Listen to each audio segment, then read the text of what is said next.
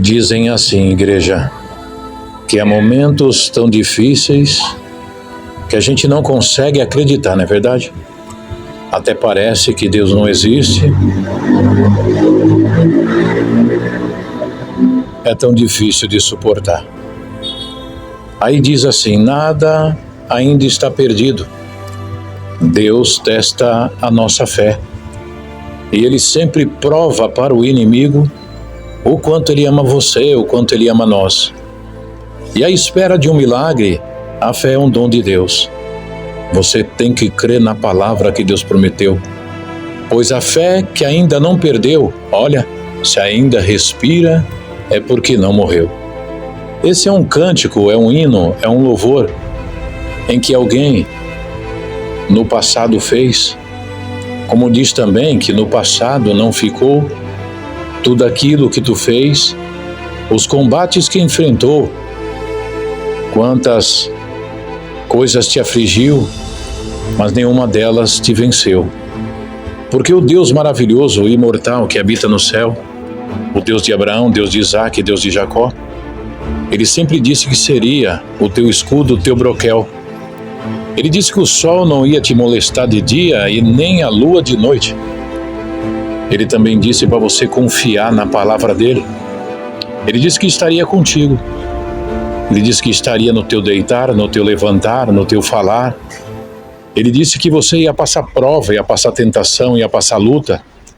Mas se Ele permitiu que você passe essa prova, essa luta, porque Ele confiou que você iria suportar daquilo que você já disse até no passado.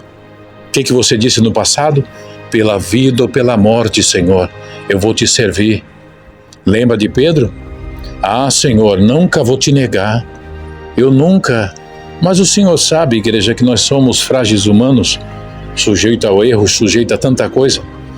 Então Ele disse que daria para nós um fardo que é leve e um jugo que seria suave. Ele disse que você é a planta que o Pai plantou. Ele disse que de maneira nenhuma você seria arrancada.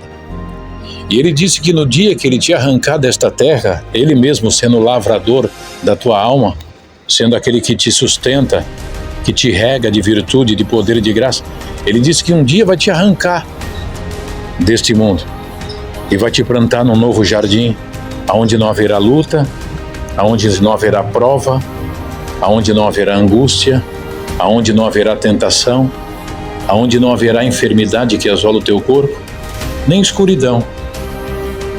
As trevas da noite, elas não vão te perseguir, elas não vão te derrubar, porque o Senhor será sempre uma luz no final de um túnel, num túnel de prova que você passa na face dessa terra. Então acredite, Deus sempre estará na tua vida, na nossa vida, nos guardando, nos abençoando e dizendo para nós prosseguir, que como Ele venceu o mundo, nós vamos vencer também. O Senhor disse assim, eu venci o mundo, não é verdade, igreja? Se Ele disse que venceu o mundo e diz que quem está com Ele será um vencedor, Ele disse que iria para o Pai e quando tivesse tudo preparado, Ele voltaria. Ele disse que iria preparar lugar. Ele prometeu que iria voltar e a gente acredita que Ele está voltando. Que Ele vai chegar no momento certo na nossa vida, na nossa história. É por isso, igreja, que a gente tem que estar sempre enchendo a nossa mente das coisas de Deus, das palavras de Deus, porque o adversário, ele quer uma brecha dentro da tua mente. Aí ele entrando dentro da tua mente, ele te joga a síndrome do pânico, a depressão. Aí você já não quer congregar mais, você não entende ninguém e ninguém consegue te entender.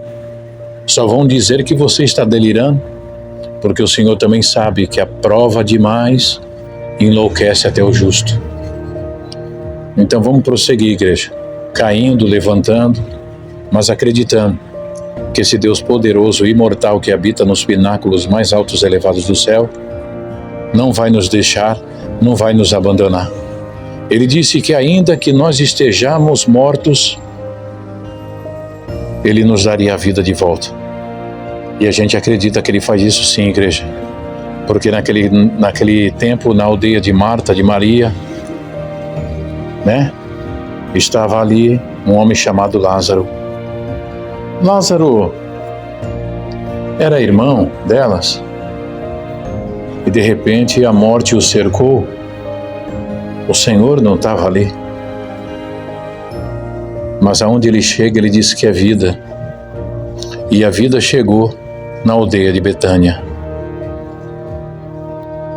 E elas disseram: Senhor, eu creio que se Tu estivesse aqui, o meu irmão não teria morrido. Lamaia, santo é o Senhor. Mas o Senhor disse: quem disse para você que Lázaro está morto? Lázaro só está dormindo, mas eu cheguei e vou despertá-lo. E ele disse: ô Lázaro, como se estivesse chamando alguém para sair de dentro de uma casa. A palavra, igreja, a palavra do poder. O verbo que se fez carne e habitou entre nós. Era sem parecer e sem formosura.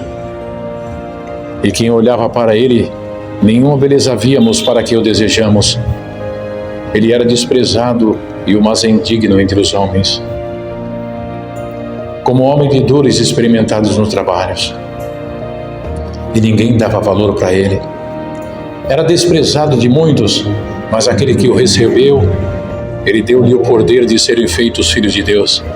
Porque o Senhor, se o Senhor viesse da maneira que alguém coloca num quadro, de olhos azuis, cabelo grande, um cavanhaque bem feito, uma roupa muito linda, né? Todo mundo ia atrás dele, com certeza. O povo gosta de coisa bonita, de coisa luxuosa, de coisa que chamam a atenção dos seus olhos. Mas não. Ele veio sem parecer e sem formosura. E olhando nós para ele, nenhuma beleza víamos para que o desejamos. Mas aqueles que o viu a beleza interior dele e acreditaram na palavra dele. E ele, ao subir para voltar para o Pai, da onde ele veio, depois da ressurreição, ele disse que iria para o Pai e que iria preparar lugar, e quando tivesse tudo preparado, ele voltaria, para que pudesse nos levar, para que onde ele está, nós possamos estar com ele também. Igreja, ele não mentiu. Tudo que está dentro das Escrituras está acontecendo no nosso tempo, no nosso ano, nesse tempo que vivemos. Porque é que nem um amigo meu um dia me falou, Deus já recolheu ele. Sentando do lado dele, ele disse: Senhor Renato, sei que o senhor é um homem evangélico e eu gostaria de falar um poema em que eu fiz. O senhor não vai achar em livro, não vai achar em lugar nenhum.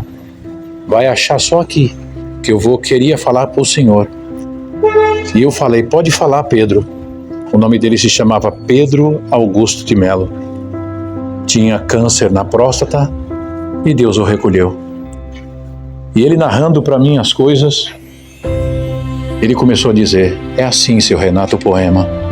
Neste mundo em que vivemos, é difícil compreender. Uns nascem para chorar e outros nascem para sofrer. Eu, porém, não culpo ninguém, seu Renato, desse sofrimento meu, pois Jesus Cristo na cruz, por mim muito padeceu. Eu me lembro e até choro, senhor Renato, pelo que tenho que passar. 18 anos de prisão eu tenho que ficar dentro desta cadeia. A gente fazia visita numa cadeia e esse homem sentado contou essa história para mim. Guardei dentro do meu coração e levo como um recitativo individual, não para falar nas igrejas, mas para levar no conforto da tua casa através de um vídeo, através de um áudio, para que você possa saber que esse Deus poderoso e imortal está na tua vida. Ele disse que nunca te deixaria e nunca te abandonaria. E não te abandonou.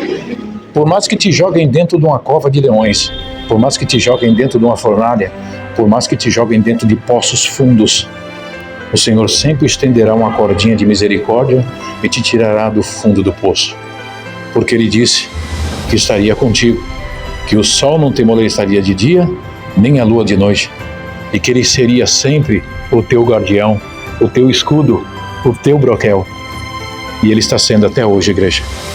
Meu nome é Renato Módica. Eu moro na favela do Dique do Pompeba, na cidade náutica, em São Vicente. Estamos lutando pela vida, igreja. Não estamos lutando pela riqueza deste mundo. Não é dizer que a gente não precisa de um carro, de uma casa, de um bem-estar para os nossos filhos. Precisamos. E todos podem correr atrás dos seus ideais, sim, das coisas materiais, mas que não coloque o seu coração na matéria dessa terra. Porque conhecemos muito que não tinha nada, e o Senhor cercou ele de tantas coisas boas que ele deixou de congregar. Aquele que congregava toda semana, congregava só uma vez por semana. As outras vezes era beirada de praia, era beirada de riacho, era lanchonete, era pizzaria, e nunca se lembrou que ele já foi pobre e o Senhor estendeu a mão. E o Senhor disse que ia abençoar ele para que ele pudesse ajudar o pobre, a viúva e o necessitado. E ele não fez isso. Ele gastou naquilo que não é pão e naquilo que não era muito de proveito para a sua vida e distribuiu a sua fortuna com aqueles que não serviam a Deus e com aqueles que blasfemavam de Deus. Ele estava junto. Ele entrou na roda dos escarnecedores, sendo que o Senhor disse: bem-aventurado é o varão que não anda segundo o conselho dos ímpios, nem se detém no caminho dos pecadores, e nem se assenta na roda dos escarnecedores. Antes tem o seu prazer na lei do Senhor, e na sua lei medita de dia e de noite. Por isso que o Senhor disse: não ajuntai tesouro na terra, onde a traça, a ferrugem consome, e aonde tiver o teu coração, ali está teu tesouro. Por mais que o Senhor te cerque de tanta riqueza na face dessa terra, lembre-se de uma coisa: o teu coração tem que estar ligado na videira verdadeira, porque o Pai, o lavrador, ele sempre passa nesse jardim. E se o teu coração estiver na matéria desta terra, quando a matéria se acabar, se acabou também a tua esperança. E a nossa esperança é Jesus Cristo Nazareno, o Filho do amor de Deus, que veio na face dessa terra e nos resgatou, nos ensinou o caminho da luz, para que a gente nunca mais pudéssemos voltar para as trevas.